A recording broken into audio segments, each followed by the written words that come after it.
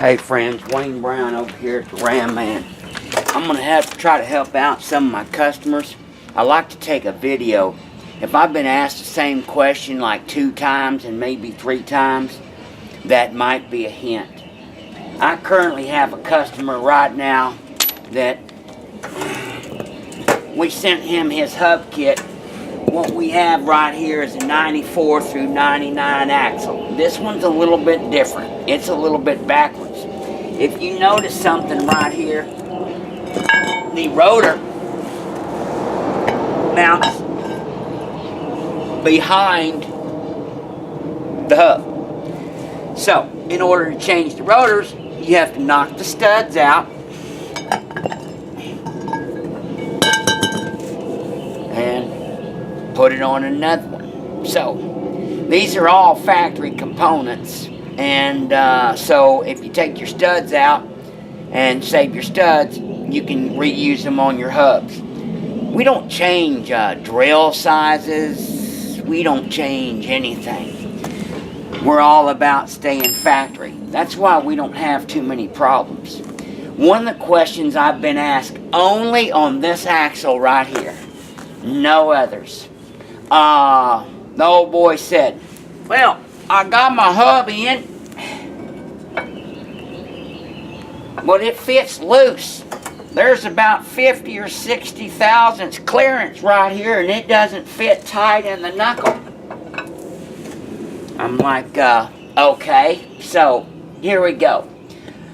These are machined, and if they're done in Germany at one temperature or in America at one temperature, even CNC, they're going to be a little bit different. This is a casting. You are never, ever going to get a casting within thousandths. That's just not what happens with a casting. And number 3.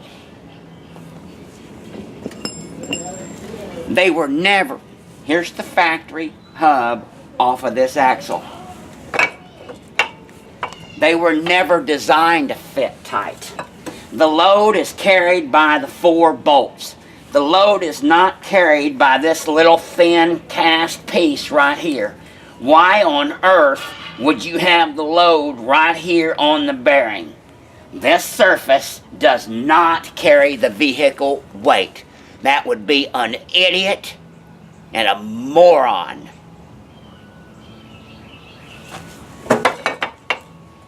So,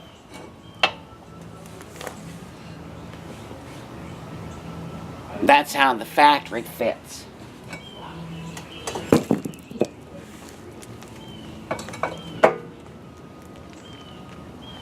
That's how the other one fits. And guess what, guys? I got a little surprise for you. It don't matter whether it's a Dodge. It don't matter whether it's a Ford. It don't matter if it's a Chevrolet. In the same class, 2500, 3500, 45, 55. They're the same diameters. Yeah. There you go. That's a Dodge, and that's a Ford. Once again, the weight is carried by the 4 bolts. The early axle, 94 to 99, is a 2-piece hub and rotor assembly like the muscle cars of the late 60s and the very early 70s. People ask me, this specific axle, well, does it change the dimensions and the track? Well, no. If the dimensions weren't the same, you couldn't bolt the rotor up. The caliper wouldn't slide over. I want you to think about the caliper going over the rotor.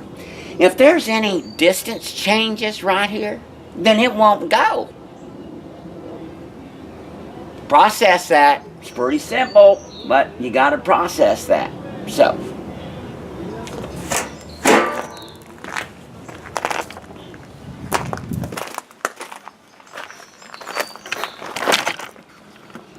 Here we have the driver's side bolted up.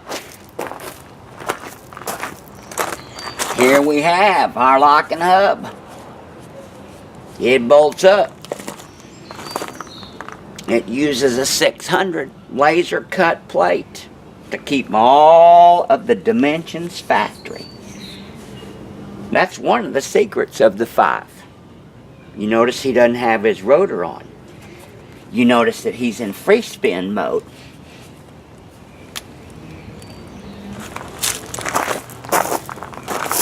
The distance from here to here must be the same where the rotor and the wheel goes. The track cannot be altered or you can't slide the caliper on.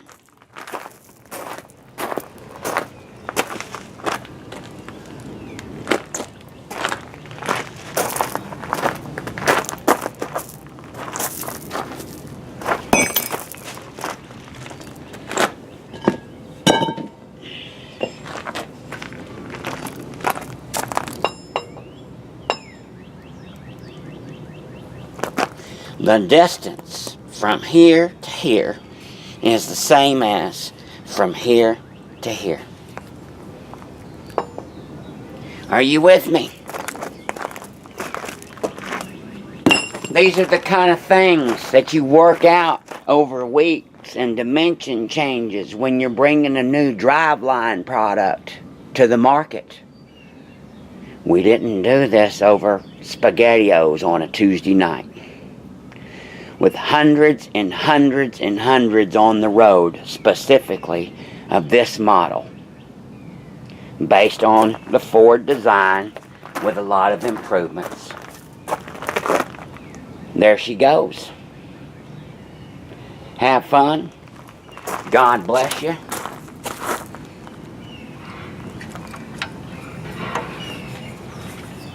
Now we're in four-wheel drive mode. Wouldn't it be nice to drive around 99.9999% enjoying your two-wheel drive truck with all its benefits and performance parameters increased, and only use four-wheel drive when you needed to go get that bale of hay or get from the gate to the deer blind? Yep, paying a dear cost for that full-time four-wheel drive. Factory shafted us all since the mid-'80s, and nobody's the wiser.